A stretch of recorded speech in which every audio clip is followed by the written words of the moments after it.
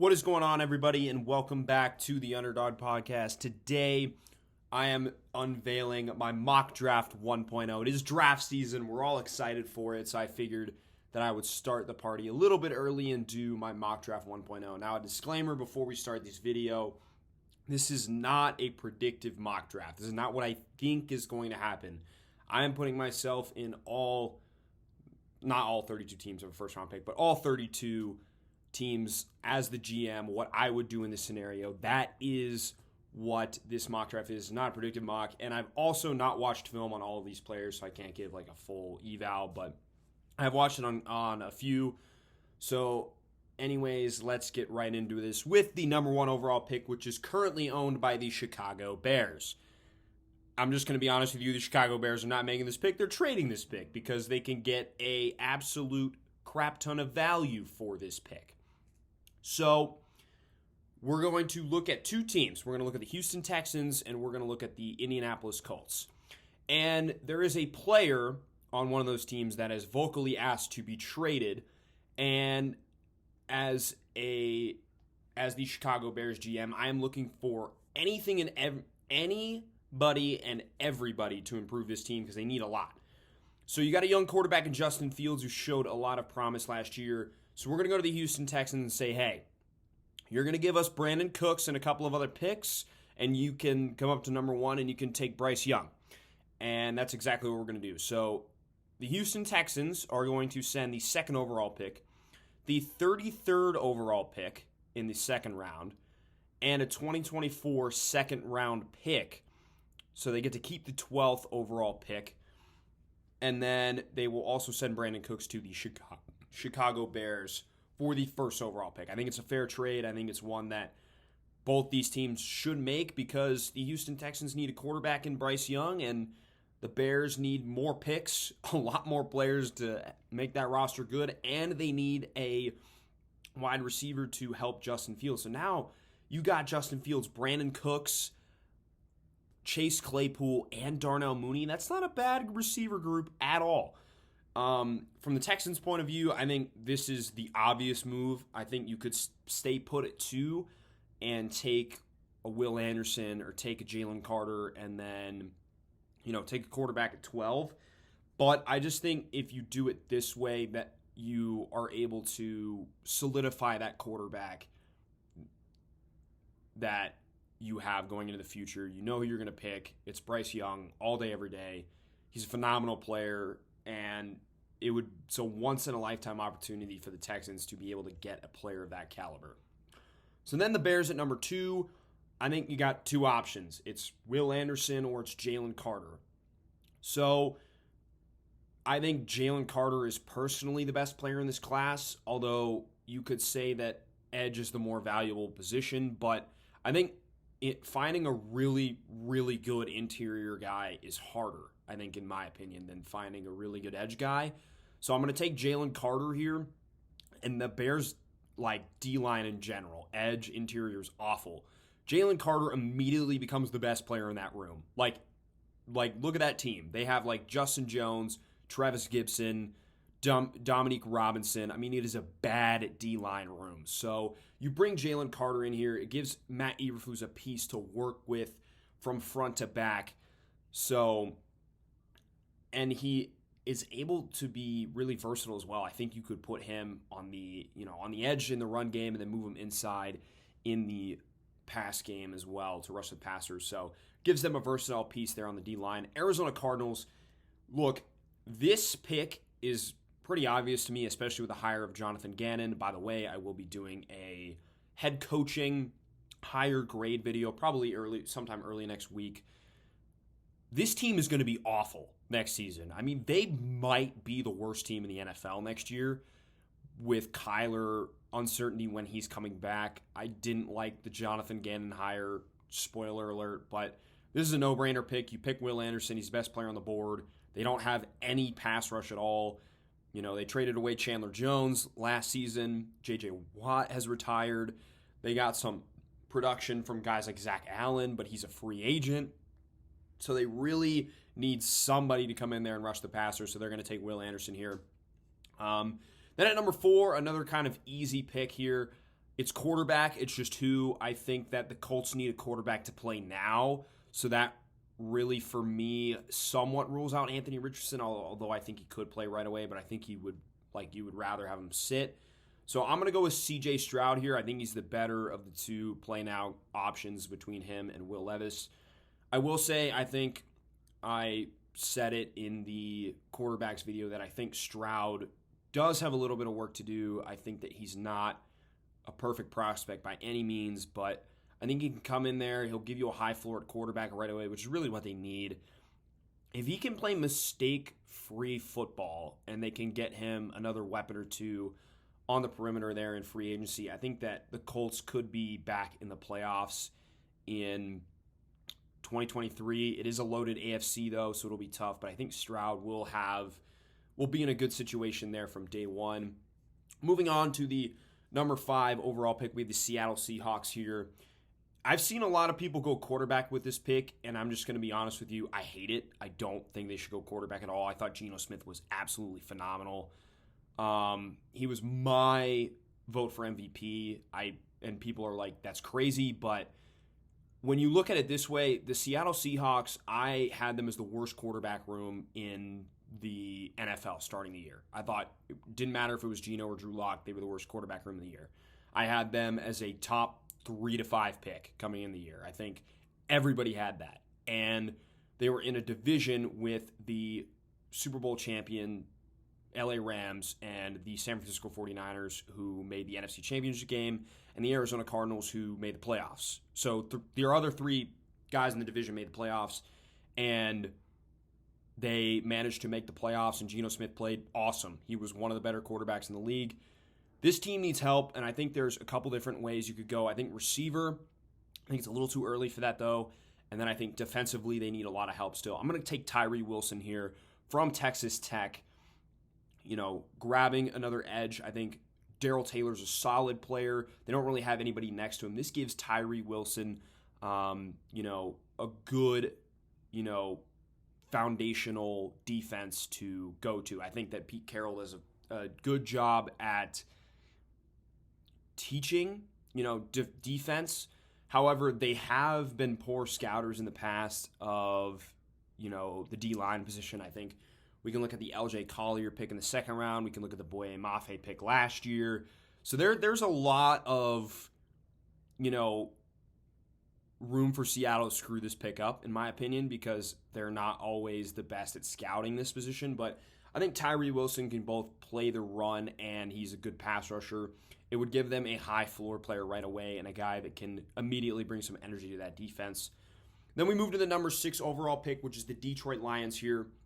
I think the Lions have some clear needs. I think corner is a clear need, but we saw what happened last time they took a corner around this high. It was Jeff Okudah, and he's been up and down, to say the least, for his career so far. So I went a little bit out of the box here, and I went Anthony Richardson from Florida. I think it's the perfect situation for him, other than the New York Giants, to land. He has a quarterback in front of him, Jared Goff, who can play a year, maybe 2 if you need him to. He can sit and learn. He's in a great system for him. And he can be an immediate impact to your team in the run game. And I think it would benefit DeAndre Swift. It would benefit Jamal Williams as well to have an Anthony Richardson to kind of, take attention away from you and really make this it's already a really good run game, but make this an elite run game, in my opinion. I've also said that, in my quarterback video, that Richardson is not as much of a project as people think he is. So we could see him play more in year 1 than maybe we expect, depending on where he lands. But I do think that this is a perfect fit for him, and I think he's a Dan Campbell type of guy. Moving on to the Las Vegas Raiders here at pick 7. I think this is an obvious just pick here. It's Will Levis from Kentucky. I think that he is the perfect fit for the Raiders. Quarterback-wise, I think that he's run an NFL offense from 2 former NFL coordinators at Kentucky. So I think this is a no-brainer pick if you're Josh McDaniels, who runs a complex offense, to come in and get a signal caller that can run your offense right away. I think he's going into a good situation with Devontae Adams, with Darren Waller, with Hunter Renfrow.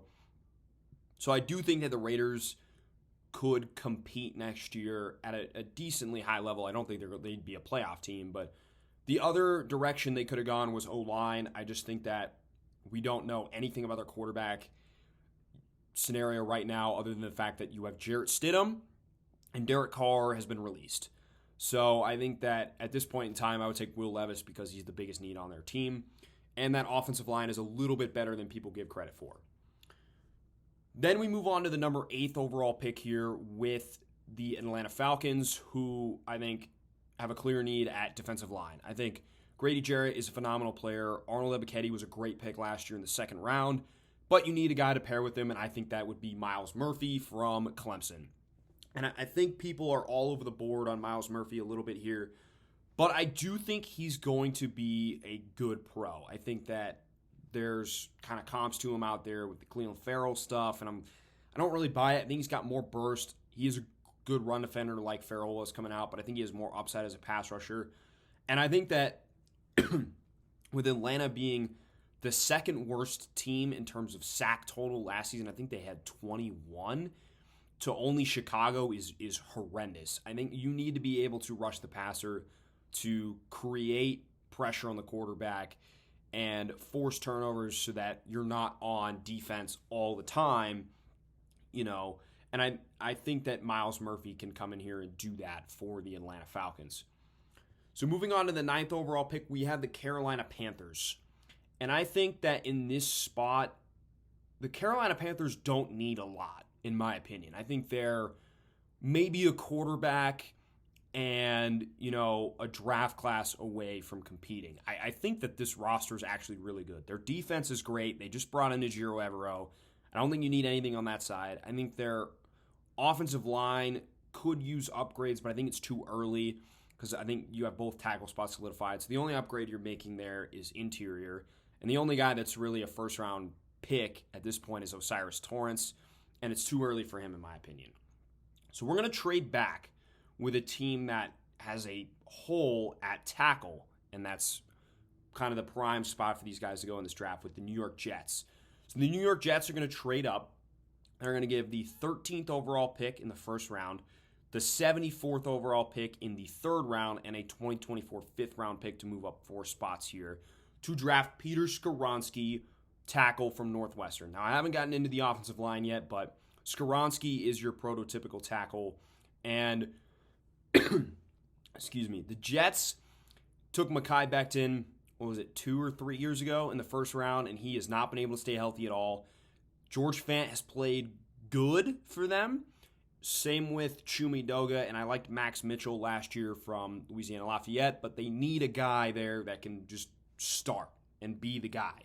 And Peter Skoronski is that guy for the Jets in this scenario. Moving on to the number 10 overall pick here, we have the Philadelphia Eagles, who were coming off a Super Bowl loss. And Jalen Hurts, before I say anything else, Jalen Hurts was phenomenal and proved me wrong in that game for sure. I think their biggest clear need is cornerback because I don't think James Bradbury is going to be there next year. I think he's going to be too expensive. I don't really have another guy that can play out there on the perimeter. And this guy potentially could be my corner one. I haven't really dove into corners as well. But I'm going to take Christian Gonzalez from Oregon. I think he's kind of their profile for a corner. Long, lengthy, can play press coverage. Also really good in off-man coverage, can play zone. I think he could do, the whole lot. So I think Christian Gonzalez would be the pick for them this year. I think Witherspoon's a little bit smaller and wouldn't be like what Philly is looking at. I think that Gonzalez fits their scheme better as well. This dude was a beast at both Colorado and then the last year at Oregon. He was really good. Had some really good tape, especially in the BYU game. He was phenomenal. Then we go to the number 11th overall pick here with the Tennessee Titans. I think there's 2 directions you could go. It's offensively, of course, receiver or tackle. And I think that there's one guy up there. He's got the connection with Mike Vrabel being from Ohio State. It's Paris Johnson Jr. We're going to take him here with the 11th overall pick. I think that he is, either tackle 1 or 2 in this draft class. I think it's between him and Peter Skoronski for that role there. I think that Paris Johnson is a really good run blocker. I think he's a mauler in that aspect. Not quite like Ikem Ekwonu from last year, but he's still very good, and he is a good pass protector. I think that he needs to improve, his kick slide and a couple other things, but I think Paris Johnson, for the most part, could be an adequate pass blocker for you day one and a good, potentially great run blocker as well. So then we go to the number 12 overall pick, the Houston Texans, keeping this pick here, not giving it to the Chicago Bears. I think that you could go in a variety of different directions here. I think right tackle's a need. I think if D'Amico Ryans had it his way, he would go somewhere on the defensive side of the ball. But I looked at this team. You just gave away Brandon Cooks. John Mechie is hopefully coming back to play your slot receiver, and I like Nico Collins. So you're missing an X receiver. And why not take the best guy on the board here in Quentin Johnston, hometown guy, played college ball at TCU, just a couple hours away. I think he's an absolutely phenomenal talent. He's a go-getter. He, when the ball's in the air, I think he has amazing ball skills. I think unlike other bigger receivers, he can run routes very, very well, get separation better than most of the guys above 6'3" that I've seen. And I think that he is not only a phenomenal ball winner, he is incredibly fast. I think that if he runs under 4.5, closer to the 4.4 range, I think he's definitely the first receiver off the board. But I watching Quentin Johnston, when I was watching Duggan, I think he just was the reason that TCU team was so successful. He just was, bailing out Duggan every other throw and was making incredible catches and was really the heartbeat of the TCU offense. And I think he could be the heartbeat of this Texans offense as well.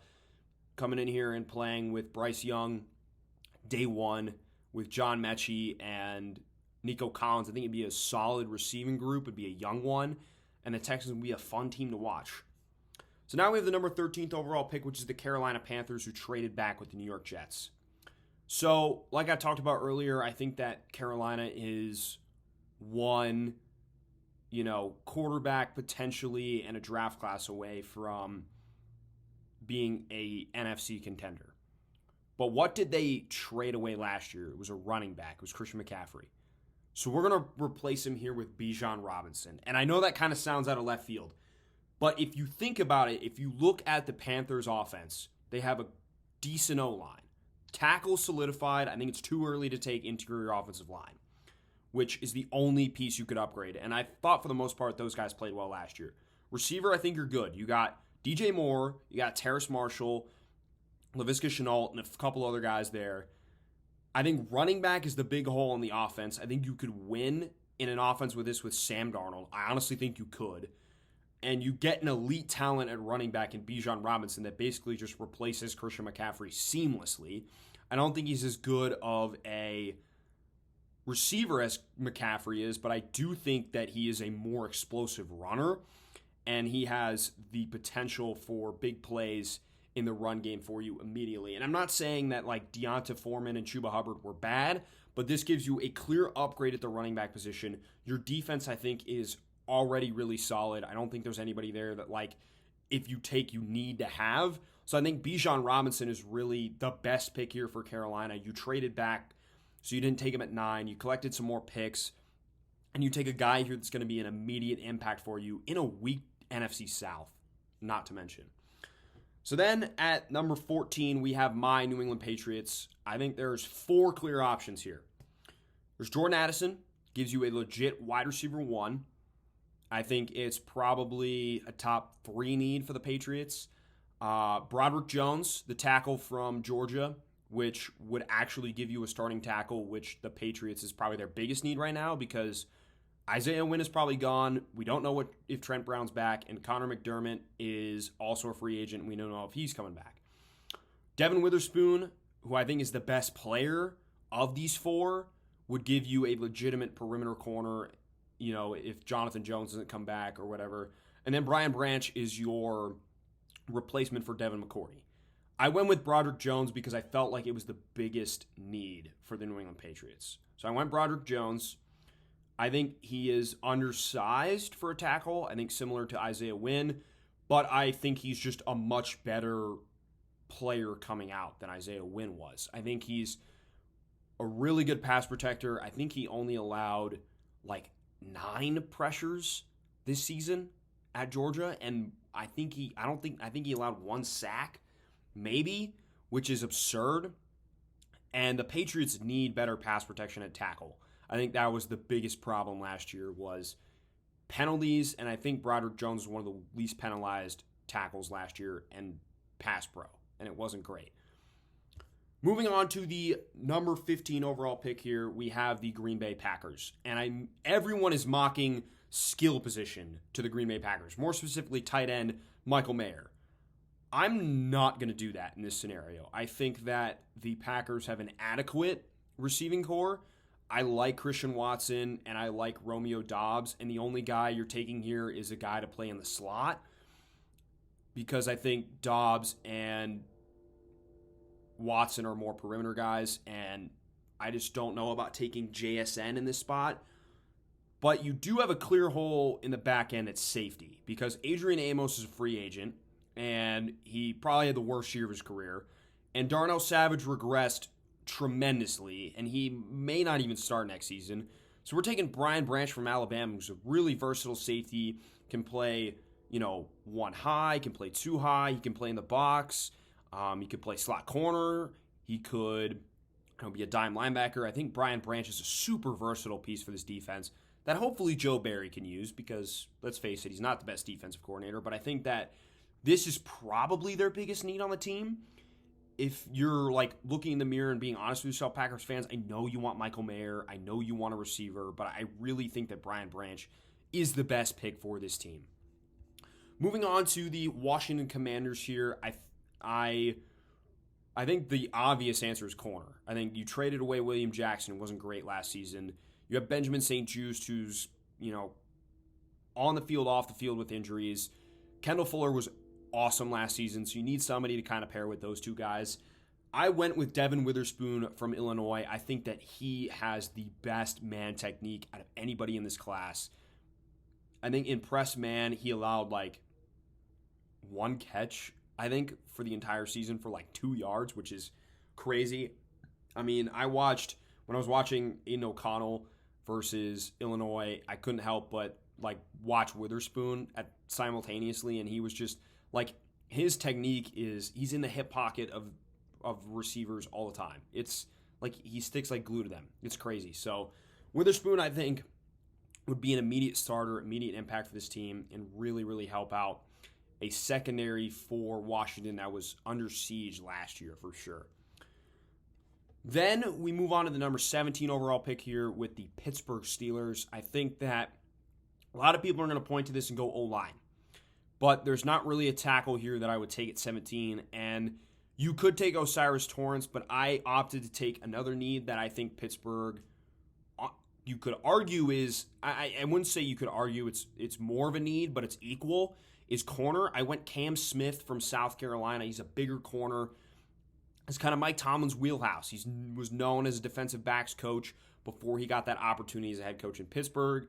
I think that Cam Smith is one of the more underrated guys in this class. Is not getting talked about enough.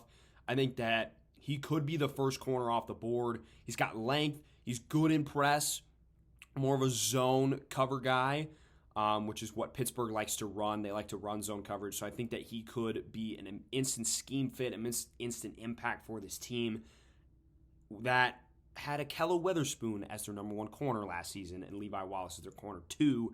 And I think he'd probably be no worse than those players were last season. So Cam Sutton I really like, but he's in the slot. You need somebody outside to challenge the receiver 1, and I think Cam Smith could do that. Moving on to the number 18 overall pick here for the Detroit Lions, I went Kelee Ringo from Georgia, and I know that Kelee Ringo is getting a lot of backlash right now. I don't think people are as high on him as they were before the season and throughout the season. I think he's getting a little bit overhated in this process. I don't think Kelee Ringo is the best corner prospect in this class, but he's certainly one of the most physical. And I think that Dan Campbell's going to look at that corner room and be like, we need more physicality. And I think Kelee Ringo is the perfect fit for that. I think it was getting overblown that he got torched in the semifinal game against Marvin Harrison. I think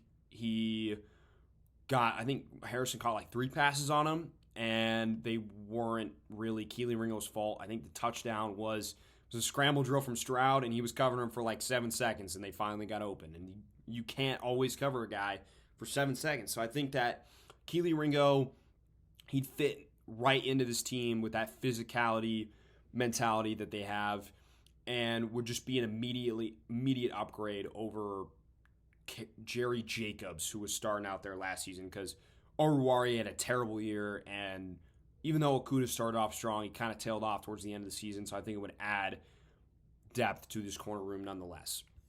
Moving on to the number 19 pick here for the Tampa Bay Buccaneers, I also went corner. I went Joey Porter Jr. from Penn State. I think that with Murphy Bunting and Jamel Dean up as free agents this offseason, I don't think they're going to be able to keep both of them. Maybe not even one of them. So I think that you definitely need to go, look at the corners for this class, especially since I don't think there's a quarterback here that you can take. So I think that Porter, he's a lot like Carlton Davis there for Tampa Bay. He'd be an immediate starter, immediate impact player. He's got good ball skills. It's a little bit too aggressive at times, similar to how like Marcus Peters is, but I do think that he is a solid corner and could be an immediate impact player for the Tampa Bay Buccaneers right away. Then we move on to the Seattle Seahawks here. I think you're in a unique scenario where I think you just got to go for it. I don't think Geno has like this 10-year window. I think that, you got to give him all the help he can possibly need. And I'm taking Jordan Addison from USC, who can stretch the top off the defense, phenomenal route runner, great hands, and Tyler Lockett's 31 years old. And Dwayne Eskridge hasn't really worked out. Penny Hart hasn't really worked out. So you need a guy that can, take some of the load off of Tyler Lockett, who has been phenomenal for the last few years. But I think you need to add some youth into that room, and a guy that you can really rely on to produce right away, which Jordan Addison could. Moving on to the number 21 overall pick, I have the Los Angeles Chargers here. And Chargers fans, I'm doing you a favor. I'm giving you speed. We're going Zay Flowers, wide receiver, Boston College. I think that you have Mike Williams, who's your ball getter, jump ball guy. You have Keenan Allen, who's your slot guy. You need a guy that can just get open. And I think that's faster than Keenan Allen, because Keenan Allen runs like 4.6. And Justin Herbert has an absolute cannon for an arm. Now, I thought about Jalen Hyatt here as well, but you kind of have a Jalen Hyatt that would be a lot cheaper in Jalen Guyton, who unfortunately tore his ACL at the beginning of the season. I think Zay Flowers would just be a guy that like instantly gets like 90 catches because he's always open. And Zay Flowers, like you saw at the Shrine Bowl, that Zay Flowers was above everybody else there. And I think the conversation into, the Shrine Bowl was, okay, he's definitely, a day 2 guy, but can he sneak into day 1? And he didn't practice the first day, but the second day he was out there and everybody was like, yeah, this dude's a day 1 guy. So I think that Zay Flowers here offers you more speed than JSN. And, I don't think he's a better route runner per se, but he offers you speed, which I think they just lack. Then we move to the Baltimore Ravens here. I thought about doing multiple different things here with the number 22 overall pick. I thought about, going receiver, going interior offensive line because it's not the best. I thought about maybe going edge or interior defensive line.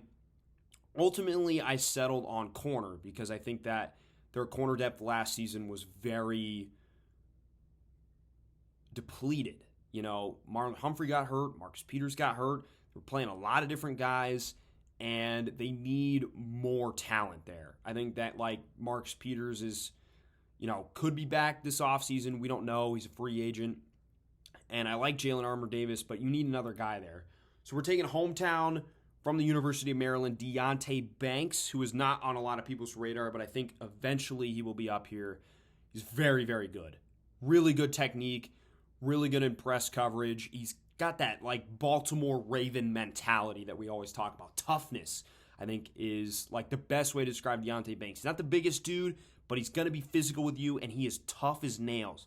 Played really well in the Big Ten this year against some of the biggest competitions. Had a good game against Marvin Harrison and Micah Buka. I mean, obviously they're going to get catches on you because those guys are so good, but he held his own for sure.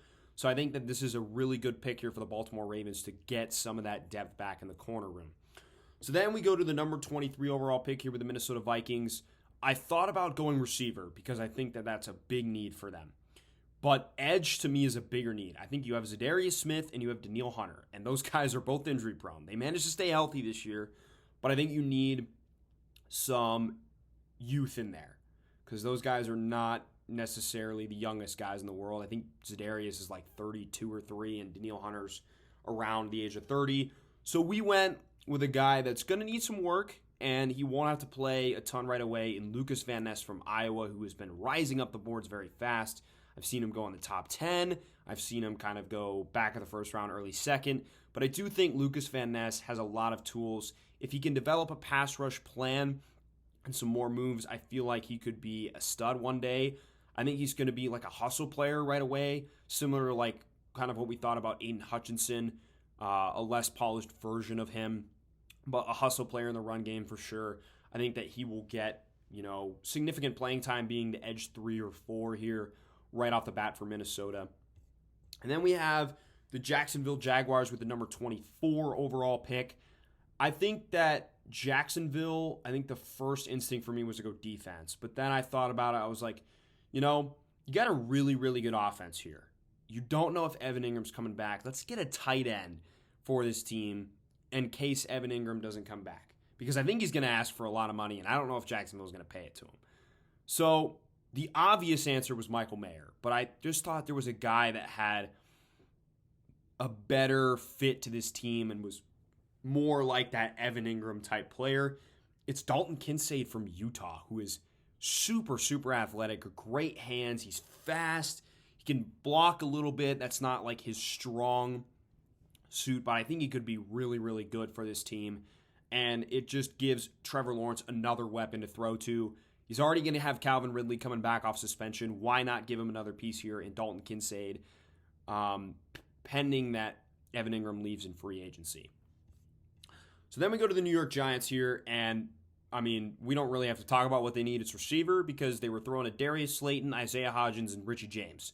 So we're going to get Jackson Smith and Jigba, who's going to plug right in there, be a 1,000-yard guy immediately, 100-catch guy immediately. Will just be really productive. I think there's talk right now among Twitter and among other places is why JSN is falling so far. We saw guys like Jamar Chase sit out, and he still went high. We saw guys like Jalen Waddle get hurt, and he still went very high. And JSN, sat out for the majority of the year because he was hurt, and he's falling. And I think the answer to that is, one, he's not an outside receiver like the other two were, and he doesn't have the near as much upside as those guys. And two, he doesn't have the long speed. I think Jamar Chase and Jalen Waddle were both 4.3 guys, if not 4.2 guys, and JSN might be a 4.6 flat guy. So I think that that's the other big difference as well. Now, I do think that Jackson Smith and Jigba has the ability to, find the holes in zone coverage better than most of the guys in this class. He's a phenomenal route runner, and he was very productive in his 1 year at Ohio State. It's just, he is also a smaller guy, so I think health is a big concern, especially with him being hurt this season. And how much upside do you have in a player like that? Can he get to an Amon-Ra type level, or is he going to be, lower than that? I think that's the big question with JSN to this point in time. Then we move on to the Dallas Cowboys at number 26. I think that, Dallas could go a variety of different ways here. I think their run defense definitely needs to improve, especially in that middle. So I thought about maybe taking Siaka Ika from Baylor. They need a safety as well. But I think the need for them here is Dallas wants to win a Super Bowl. I think everybody can attest to that. And I think the only way you're going to do that is give Dak Prescott as much help as possible. So I went Josh Downs here from North Carolina, who can play in the slot and move CD back outside where he doesn't have to always play in the slot. Downs also adds flexibility where he can play outside if need be as well. He's a really, really good route runner, very fast, good hands, and a smart player. I think that he will be an instant impact for this team. And as you can see, one of my better calls on draft night last year was the Jalen Tolbert pick. Seems to be a whiff because he did not get on the field at all last year. And I think Downs is a clear upgrade over not only him but Noah Brown and would be a really good addition to this team, and it would give Dak Prescott a lineup of, CeeDee Lamb, Michael Gallup. Hopefully he gets back healthy and is able to be that, down the field, over the top stretcher for them. Josh Downs and then Noah Brown as their 4. That's a really good 4 for Dak, who needs all the help that he can get from his offense. And with the number 27 overall pick here, we go to the Buffalo Bills, who I think, another obvious kind of pick here is, Jahmyr Gibbs, running back. And I didn't go that direction. I think that there's a couple of different directions you could go with the Bills. I think safety with, the question of whether or not they're going to bring Jordan Poyer back. And they're kind of depleted that position with the Damar Hamlin situation. We hope that he recovers and is able to, be maybe someday able to play football again. I kind of doubt that happens, but so I thought about Antonio Johnson from Texas A&M, but ultimately I went O'Cyrus Torrence from Florida, the guard. I decided this because Ryan Bates was bad last season. He was not good. He was probably their weakest link on the offensive line besides maybe Spencer Brown. And Roger Saffold is like mid to late 30s. So you're going to need somebody to, replenish that position. Why not go get the best guy available here in O'Cyrus Torrence? And if you want, you can take a running back in round 2 where it's honestly probably better and you're not paying him a load of money here. Moving on to the Cincinnati Bengals, I think this was an obvious pick for me. It's Michael Mayer from Notre Dame. I think you get an immediate tight end upgrade, so that way you don't have to pay Hayden Hurst, who, albeit was good this season, but I just think that Mayer is an upgrade over him and instantly gives them another young guy to put in there next to Joe Burrow and T. Higgins and Jamar Chase, and it gives you a loaded offense. And I think that Mayer provides more upside at that tight end position. I don't know if he's tight end 1 for me yet or not, because I think that there are some weaknesses to his game, but I do think that he is still a very good selection here for Cincinnati Bengals nonetheless. I thought about corner, I thought about interior defensive line, but ultimately I decided to go with Michael Mayer here simply because I thought he was the best player on the board. Then we go to the number 29 overall pick here, the New Orleans Saints. This was a difficult pick. I thought about trading up with them to get a better player, but there wasn't really a suitor. I thought about maybe trading down and have somebody come up in the first round, but I think there was a player that was really intriguing to me. And I think that the Saints could definitely use an upgrade at this position. And I'm taking Brian Bresee here from Clemson. And I think that when you look at PFF and some other mock draft boards, he's like towards the top. I think he's like top 10 on PFF's big board. I don't think he should go that high. I think that he's more raw than people think he is. He's a really good pass rushing interior defensive lineman, but he needs to beef up a little bit and, play better against the run. He also has dealt with a lot of off-field stuff. He had an ACL injury at one point, so I think that if he's fully healthy, there could be an argument that he's like a top 15 player in this class. I don't think he's that good, but I think the Saints, Cam Jordan's getting older. We don't know if Marcus Davenport's coming back. You're going to need somebody to help, Cam Jordan rush the passer. And Peyton Turner was, I know he's an edge, but he wasn't exactly like the greatest pick in the world. So I think you don't really have a guy on the inside that can rush the passer. I don't think that's Shai Tuttle or Malcolm Roach or the name's drawing me a blank here. The other guy that's there, the best guy. I can't remember his name, but Bresee gives you a guy that can also help your pass rush that could be getting much worse this offseason. So then we move on to the Philadelphia Eagles here at 30. I think that there, again, is a multitude of ways you could go. Linebackers, safety, edge, running back. I opted for Jahmyr Gibbs because I don't think they're going to pay Miles Sanders, and I think Jahmyr Gibbs gives them a guy who's very similar to Miles Sanders right off the bat, really good at inside zone. He's got really good vision, really good footwork, is able to find holes, find cutback lanes very easily, and he's a really good pass catcher, much better than Miles Sanders in my opinion, so he gives you the opportunity there. Might take some snaps away from Kenneth Gainwell, but I think that Jahmyr Gibbs would be a good replacement for Miles Sanders, albeit that he leaves the Philadelphia Eagles. Then we have the Kansas City Chiefs at 31, the Super Bowl champion Kansas City Chiefs. I think everyone's first thing is edge, and then you look at Jalen Hyatt, and it's like, well, you could continue to build a track team on offense. I decided to opt differently. I think that you have a tight end in Travis Kelce that is still phenomenal, but is getting up there in age. And there's a guy here that has the upside through the freaking roof in Darnell Washington from Georgia, who is my selection here. He is massive. He is 6'7", 270, a freak athlete. He is an amazing blocker. I think that helps Kansas City's run game immediately because you can put him in there on early downs, help you block. And that's an underrated value in the NFL today because most tight ends are turning to a more receiver-like, but Darnell's kind of an old-school, hand-in-the-dirt tight end.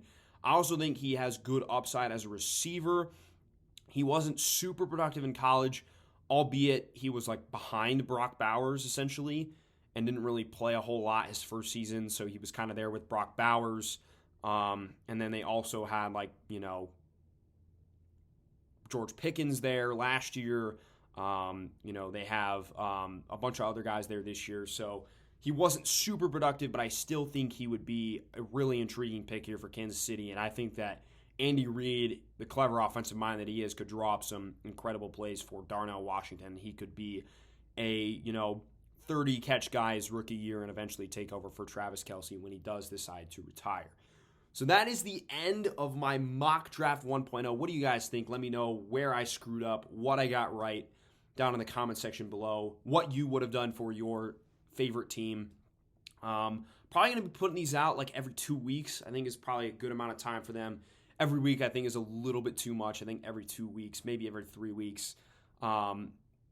Maybe I'll do it with some other people as well, so that way we get some different opinions in here. But I think that this is a solid, mock draft 1.0, as I don't know a lot of these players very well, but as I continue to watch more film and get to know these guys, I think that they will become more, they'll become different. They'll become, much better. And then as guys rise and fall due to the combine, stuff we find out about them, things like that, I think will be, will change it as well. So thanks for watching, everybody. I hope you enjoy this video and have a great weekend and peace.